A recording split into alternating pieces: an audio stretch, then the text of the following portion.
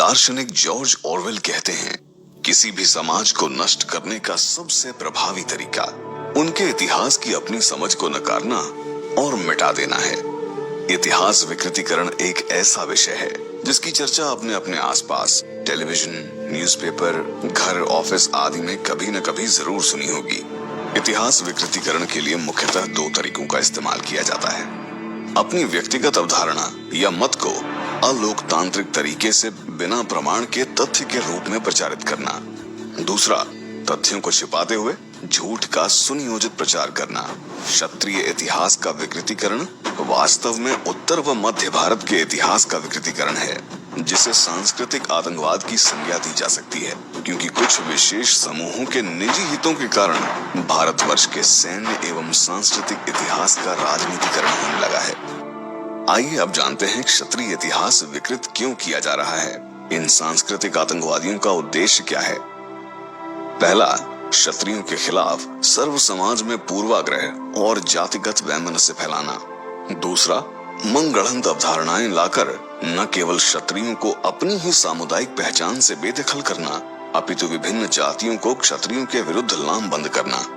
तीसरा, सरकारी और सिविल सोसाइटी को क्षत्रियों के विरुद्ध करना ताकि क्षत्रियों के लोकतांत्रिक अधिकारों को खत्म किया जा सके। चौथा, क्षत्रिय युवाओं के आत्मविश्वास को हानि पहुंचाना, जिससे वे एक संगठित सामाजिक अथवा राजनीतिक इकाई के रूप में लामबंद न हो सकें। आइए कुछ उदाहरणों से समझते हैं ये सब कौन और किस प्रकार कर रहा है। द प्रिंट पर लिखने वाले दिलीप मंडल, ट्विटर पर प्रसिद्ध हॉकी प्लेयर स्वर्गीय मेजर ध्यान सिंह बैस, जिन्हें हम ध्यानचंद के नाम से जानते हैं, उन्हें कोएरी कहकर संबोधित करता है, जबकि ध्यानचंद स्वयं अपनी आत्मकथा में खुद को राजपूत लिख गए। लेकिन मंडल की इस हरकत ने क्षत्रिय समुदाय और कोएरी समुदाय के मध्य व्यर्थ का बैर पैदा करने का काम कर दिया।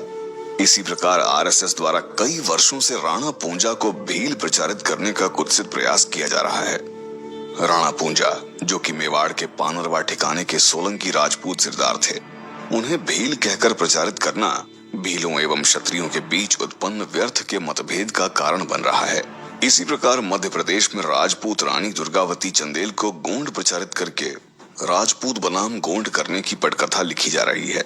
आरएसएस क्षत्रिय सम्राट मेहर भोज को भी गुर्जर प्रचारित करती आई है, जिसके कारण तमाम तथ्य होने के बावजूद एक पूरी जाति वो बनने को प्रयासरत हो चुकी है जो वो कभी थी ही नहीं। तो कभी बागपत का बीजेपी सांसद सत्यपाल तोमर राजपूत राजा अनंगपाल को जाट बताकर तोमर राजपूतों पर तंज कसता है। ये सारे कृत्य जनमानस में आम क्षत्रियों के विरुद्ध द्वेष फैलाने की एक सुनियोजित राजनीतिक साजिश है, जिसका समर्थन कुछ भ्रष्ट इतिहासकार एवं पत्रकार भी बड़ी बेशर्मी से कर रहे हैं। उदाहरण के लिए द स्क्रॉल पर लिखने वाले मराठी ब्राह्मण गिरीश शहाणे, उनके कई लेख जहां वो क्षत्रियों को डिफीट स्पेशलिस्ट जैसी उपमाओं से संबोधित करता है। शहाणे के जातिवादी लेख को समर्थन मिला प्रख्यात इतिहासकार हरबंस मुखिया का। हरबंस मुखिया 2018 में बीबीसी को दिए अपने लेख में लिखते हैं कि अंग्रेजों के विरुद्ध संघर्ष में राजपूतों का कोई योगदान नहीं रहा, जबकि म्यूटिनी के समकालीन लेखकों को यदि हम कोट करें तो पाते हैं कि उत्तर भारत में 1857 की क्रांति के सूत्रधार राजपूत ही थे। 1858 में British officer colonel George B Malleson ने अपनी किताब the mutiny of the Bengal army में लिखा, प्रथम दृष्टि में मात्र सैन्य विद्रोह दिखने वाली इस क्रांति ने तेजी से अपना स्वरूप बदल लिया और ये एक राष्ट्रीय विद्रोह बन गया। बिहार के राजपूत गांवों में, यूपी के बनारस, आजमगढ़, गोरखपुर जिलों में, पूरे दोआब में, जिसमें इलाहाबाद, कानपुर, मेरठ और आगरा के संभाग शामिल हैं, रोहिलखंड और अवध के प्रांतों में हमारे शासन को हिलाकर रख दिया और हमारे खिलाफ युद्ध की घोषणा कर दी। इसी तरह A.R. यंग लिखते हैं, शाहाबाद में क्रांति ने एक राष्ट्रीय बगावत का रूप ले लिया। स्थानीय राजपूत जमींदारों के समर्थन में जिले की पूरी राजपूत आबादी खड़ी हो गई। W. स्लीमान भी लिखते हैं कि मैंने विश्व में कई देशों में कई युद्ध देखे, पर ऐसा कभी नहीं देखा जैसा युद्ध अवध के जमींदारों ने अंग्रेजी हुकूमत के खिलाफ लड़ा। स्पष्ट तथ्यों के उपलब्ध होने के बावजूद भी यदि कोई इतना बड़ा इतिहासकार विरोधाभासी बातें करे तो निसंदेह उसकी नीयत में ही खोट है। इसी लेख में प्रोफेसर साहब लिखते हैं कि आधुनिक भारत के निर्माण में राजपूतों का योगदान शून्य है। राजपूत राजाओं द्वारा बनवाए गए अस्पताल, रेल परिवहन, डैम, उच्च न्यायालय, सैन्य बल, भूदान में लाखों एकड़ जमीनें आदि जो आधुनिक भारत को उनसे विरासत में मिली।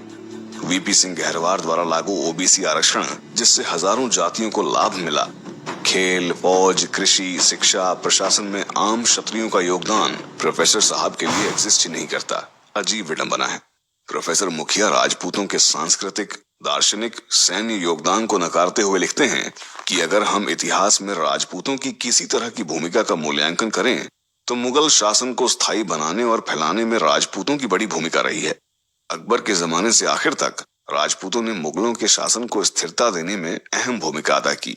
भाटियों द्वारा राजस्थान में स्थापित जैसलमेर से लेकर मोती सिंह कर्नाट द्वारा स्थापित मोतिहारी तक, जम्बाल राजपूतों के जम्मू से लेकर कलजुरी राजपूतों द्वारा स्थापित जबलपुर तक राजपूतों ने अनेकों कस्बे शहर बसाए, किंतु प्रोफेसर मुखिया इन्हें नहीं देख सकते। मुखिया जी को न खजुराहो, न चौसठ योगिनी, न बद्रीनाथ, न जंतर मंतर दिखाई देते हैं, न ही मुखिया जी को गोवादेव, रामापीर, नाथ संप्रदाय दिखता है, और न उन्हें यशोवर्मन परमार, मेहर भोज प्रतिहार, दुर्गावती चंदेल, दुल्ला भट्टी, बंदा बहादुर मिन्हस, जोरावर सिंह कहलूरिया, जनरल सगत सिंह दिखते हैं। यही लॉबी क्षत्रिय समाज को दूसरे समाजों से कमतर दिखाने के लिए हमारे अस्तित्व को कुछ राजाओं और मुगलों के वैवाहिक संबंधों और मनसबदारी तक सिमटकर नैरेटिव गढ़ती है, मगर ये नहीं बताती कि उस काल में ब्राह्मण, क्षत्रिय, अन्य अभिजात जातियां मुगल प्रशासन में क्या कर रही थीं। ये इस बात को भी छिपाते हैं कि औरंगजेब के शासन में सर्वाधिक मनसबदारियां वीर मराठों की थीं, न कि राजपूतों की। ये इस बात पर भी पर्दा डालते हैं कि जाट, गुर्जर, अहीर, चौधरी कब और कैसे बने।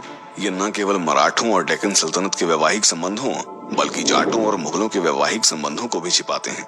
स्पष्टतः ये न केवल क्षत्रियों के योगदान को नकारते हैं बल्कि हमारे इतिहास को चेरी पिक करके हमारे समाज को सिंगल आउट कर सर्व समाज में हमारे विरुद्ध पूर्वाग्रह फैलाते हैं। इतिहासकारों की इस लॉबी के राजपूत महापुरुषों को लेकर अशोभनीय ट्वीट पढ़ें और सोचें कि क्या महाराजा रंजीत सिंह, शिवाजी, जीजाबाई, लचित बोरफुकान, महाराजा सूरजमल पर कोई इतिहासकार ऐसे आपत्तिजनक बयान दे सकता है? मूल्यांकन कीजिए, क्या ये आम क्षत्रियों को नीचा दिखाने एवं उनका मनोबल तोड़ने का सुनियोजित प्रयत्न नहीं है? आजकल यही वर्ग ये भी दुष्प्रचार करता है कि 12वीं सदी से पूर्व कोई राजपूत जाति नहीं थी और कुतर्क देता है कि राजपूत और क्षत्रिय भिन्न हैं। यही नहीं बल्कि ये राजपूतों को अन्य जातियों का मिश्रण होना भी प्रचारित करते हैं। इतिहासकारों की इसी लॉबी ने आरएसएस और दिलीप मंडल जैसों को भी राजपूत इतिहास को लेकर राजनीति देने का मनोबल दिया है।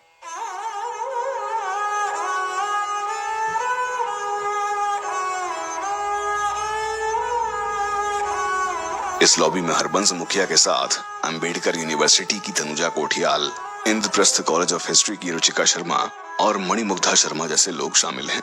यही लॉबी तथ्यहीन किताबें लिखकर गलत व्याख्या करते हुए फिल्मों और मीडिया के जरिए दुष्प्रचार करती है और यहाँ तक जयपुर एवं लखनऊ लिटरेचर फेस्टिवल का भी सुनियोजित इस्तेमाल करती आई है।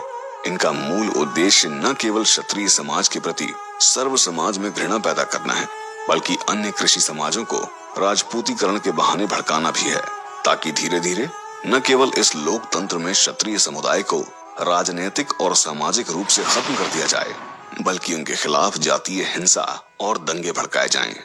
यदि अब भी आप अपने इतिहास एवं वर्तमान को क्षण क्षण विकृत होता देख मौन रहते हैं तो आपका भविष्य निश्चित तौर पर सुरक्षित नहीं है।